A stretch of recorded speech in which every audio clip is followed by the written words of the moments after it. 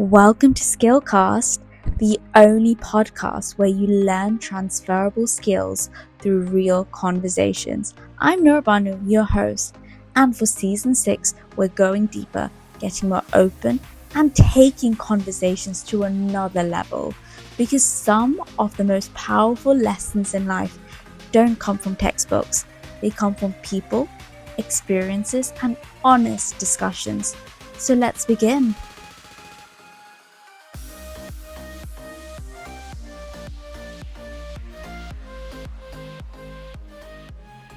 Welcome to SkillCast. So lovely to have you here. What's the best way to introduce yourself?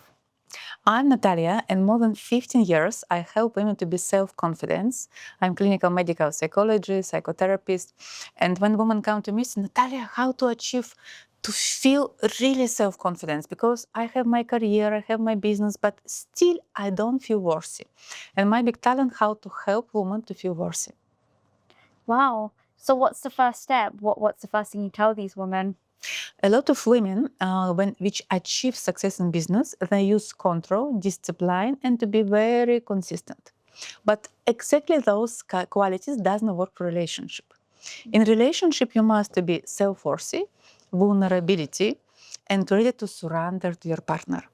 What is so difficult today for women. No, I agree with you. It is really difficult, especially a woman in an executive role that is in a high functioning role. You're kind of like the leader. You're very good at telling people what to do and to surrender and let yourself free. It's tough. What's the solution? What's the way around this? You need to understand the different roles in your life. When you're in your job, you are work and you are leader, you do all what you must do. But after you need to change to see and to ask yourself how I can be vulnerable, how I can ask help, how I can delegate, how I can just to be a woman, to be like a cat, to be a woman because my first work was I was business trainer and I work in corporate world. And I saw a lot of executive lady who is very high level, but they're so lonely. And when you're lonely, when nobody choose you, you don't feel worthy. And again, you feel fault. Doesn't matter how big career you did, how much money you did, how beautiful are you, because today women try to compensate this with career, with money, and with beauty. But in the end, they feel anxious, worry, and unhappy. Because for us women, the biggest value is to be in love. So how do you be vulnerable? How do you allow men to take care of you and just feel safe? What's the first step that someone needs to take? Exactly this I saw since I've been here dating party, and I saw one lady which looking for men. I am matchmaker and also I go dating party to help people to matching. Okay. And when I saw her, she say, what you will bring on the table? I want strong man, I want this, I want this. Woman today is so demanding when men doesn't know what to do. From another stage, today with dating apps, women very replaceable. And women very afraid that something not correct with me. Why he can change me so easy? She very afraid, how you say correct, she not feel safety. Because a lot of them never have good example between mother and father how they love each other, don't have example how to create, how to build relationship. And today women don't want to have passion. They want it now from a way which I want. I don't want to wait, like your mother wait, my mother wait. Our fathers not was perfect, but for sure they did some compromise to stay in this relationship. New generation don't want to make compromises. It's completely true because there's so much free will and so much free power. It's very different. In those days, there wasn't so much social media. There wasn't these influences before. But now with all of these influences, it becomes so much more difficult to be able to compromise. It's all about being quite selfish in a way. But at the same time, it's about also being open to sharing that platform with someone else. What's the first steps a woman needs to take to kind of get back into her feminine energy? First, to be connect with your parents. Because if you don't respect your mother and father, you're happy. A lot of women don't respect fathers because mother didn't respect father. She doesn't understand what it means to respect men. For her, it's strange. Second, she don't respect men. She always tried to be competitor with him. When she met him, she started to try to achieve. I am better, I am smarter, I am faster, I am richest. And men say, okay, you win, you win. And he preferred not to be with this woman.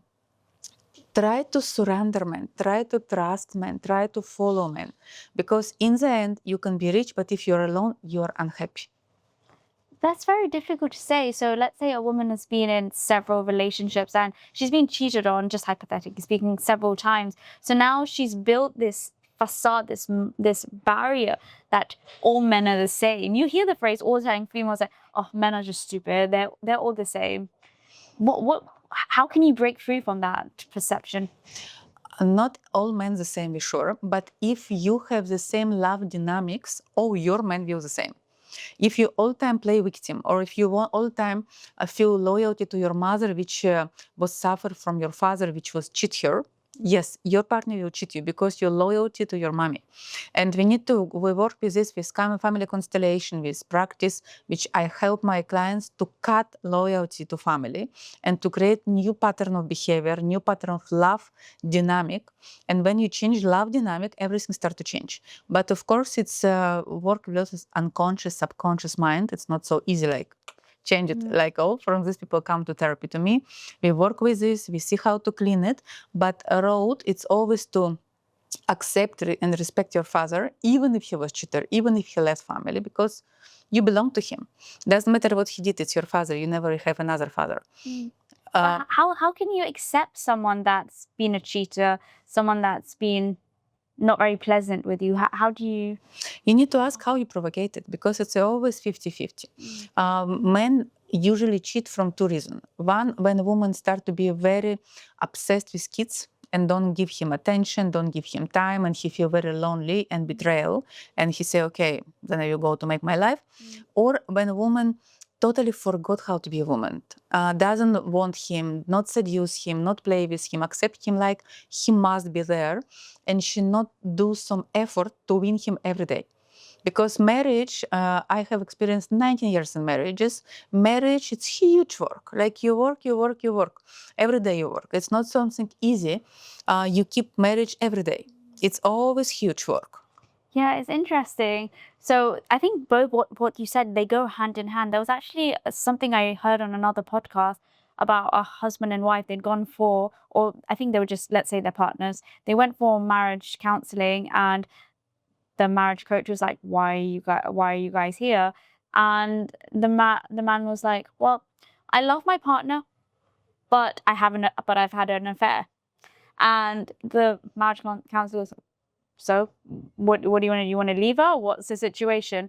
And the woman goes, oh, well, I do. I should probably leave him. But then they actually go deeper into that conversation. They break it down that this partnership, they've been together for the last 15 years. They've been through a financial downturn together. He supported her when her brother went to prison. They also have a disabled child together as well. So they've been through a lot together. And when you counter away that all of these things they've accomplished in life together with just one small mistake, is it worth breaking an entire relationship that they built for the castle they built? Is it worth it? And what they found was the reason why he was cheating, having an affair, was because she wasn't giving him the attention. She was not giving him a reason to support, to provide for her, to make her feel safe. And she was obviously trying to be super independent, trying to take care of her son, their disabled son they have to. So there was a lot of layers to it. So two of the points that you said completely fit in.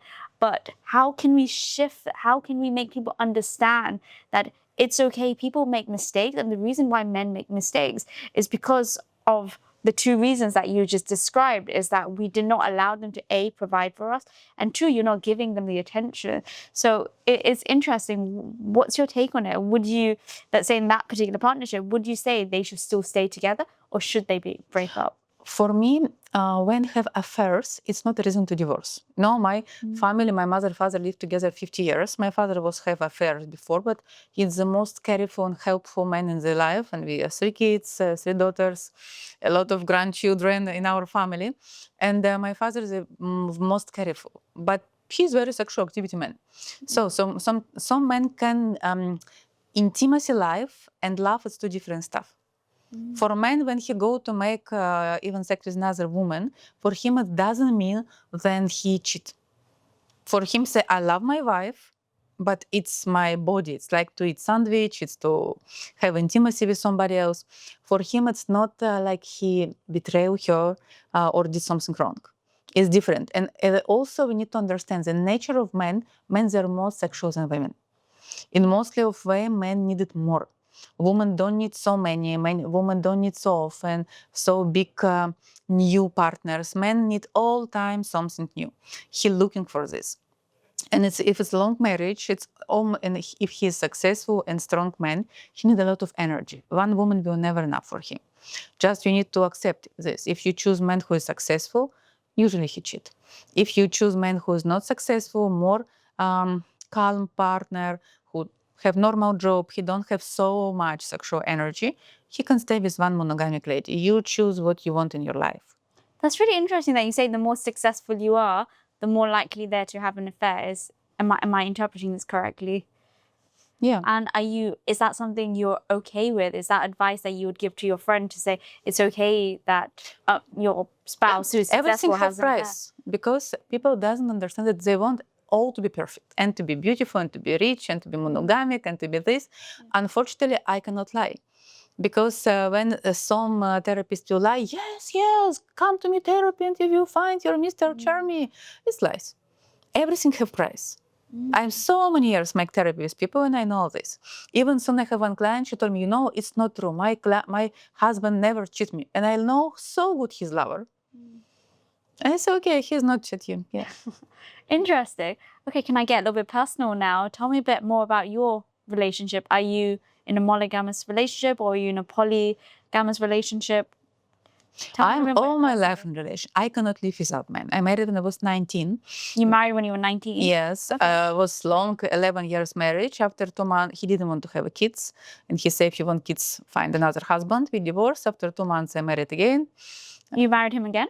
Another husband. Oh, no. In 2 months? Yes. I cannot live without men. Always have proposals. You're such a beautiful woman, and look at you now. It's so good for you. For me, if you're a woman self-confidence, you always have proposal.